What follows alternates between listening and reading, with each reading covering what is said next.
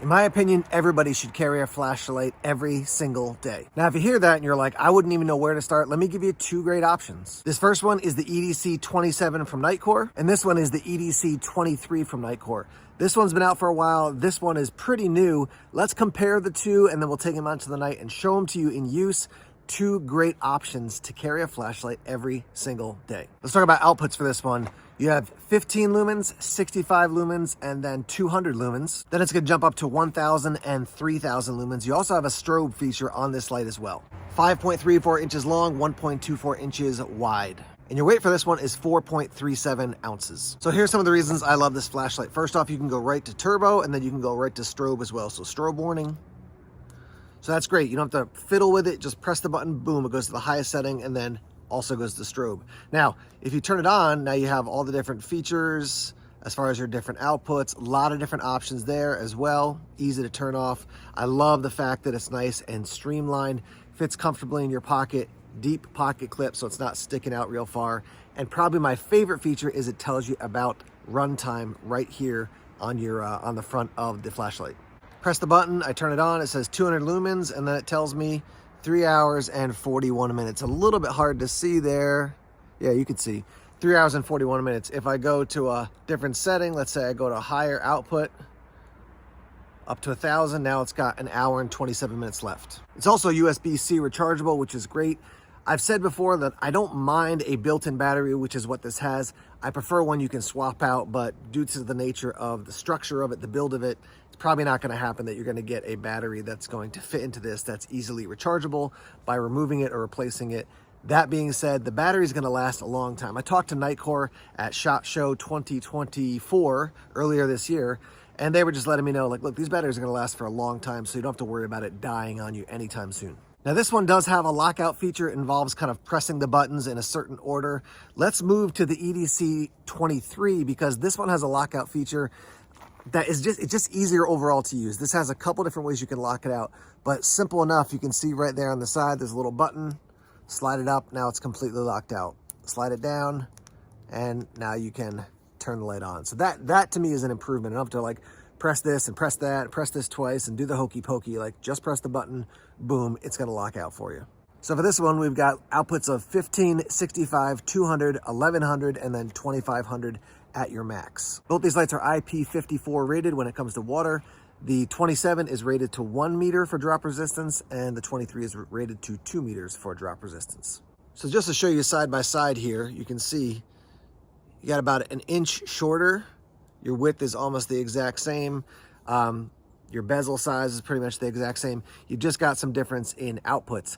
25 to 3,000 to me is not a notable difference. Once you get up to that level, you really got to jump up quite a bit to go, oh, that's a large difference between, 25 to 3,000, not much. 25 to 5,000 or 6,000, you can see a difference. 4.05 inches for the EDC 23 and 1.3 across. And this one weighs in at 3.56 ounces. These are both great lights, and if you're convinced already and you want to pick up one or both, there's links down in the description section, so you can head down there to purchase these lights. And if you want to see them in use at night, stay tuned, because here we go right now.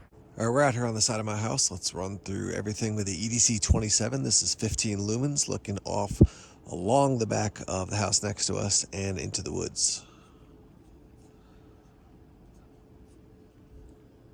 So you could certainly get around camp with 15 lumens, no problem. Let's go up a level. There's 65. And you can see the reflection off in the distance. That's a conservation area marker there. So here's 200. And I would say it's pretty floody as far as what the output looks like.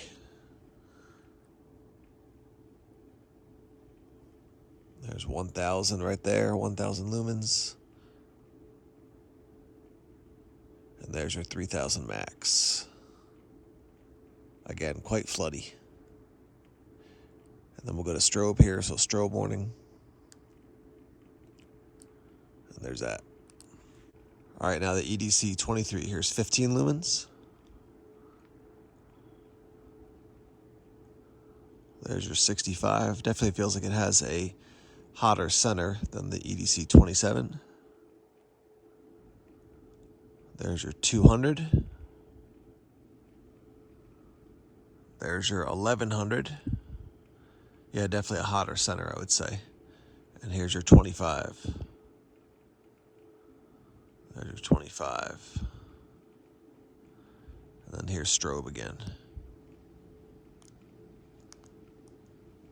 All right, now we're going to do a side-by-side looking up the trail. So the 23 is here on the right and the 27 on the left. So here's 15 lumens. There's the 23 and the 27. Definitely a much tighter beam on the 23. 23, 27. All right, up to 65. Here's the 23, 27. 23 and 27. Up to 200 lumens, the 23 and the 27. 23, 27. All right, we have 1100 lumens for the 23 here and 1000 for the 27. I mean, yeah, just a notable difference between these two. Much hotter center, throwing further, and much more floody for the 27 here. All right, now we'll go to turbo. This is 2500 for the EDC 23 right here. And now here's 3000 for the EDC 27.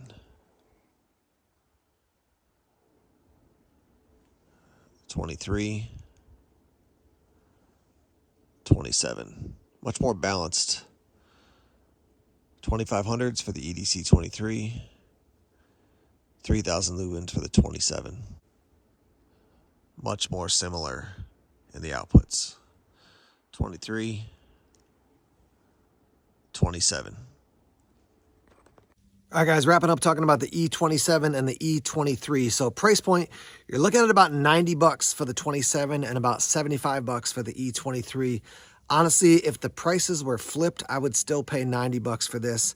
This one is now my new favorite everyday carry light, and I don't change that very often. The E27 has been a favorite for a while, but the main difference I'm finding as far as the quote-unquote advantages of the 27 is a higher lumen output. I find that the difference in the max lumen output is minimal in the actual how it looks and how it functions. And I like the tighter beam for this. I like the locking switch. The size is smaller. You're getting almost all the same functionality in a smaller package, less money with a locking option, a better beam. E23 is the winner for me. Now, these are both good flashlights. If you want something that's more floody, go with the 27. Something with a tighter beam, go with the 23. But both great flashlights. It is not a super cheap investment, but these have been awesome for me for a while. USB-C rechargeable, strobe, immediate action or immediate access to turbo. I just think there's a lot of wins of these two lights, and carrying a flashlight brings a lot of advantages to your life. So I highly recommend the 23 and the 27. 23 is the new winner for me. Let's hear your thoughts based on this video. What do you think?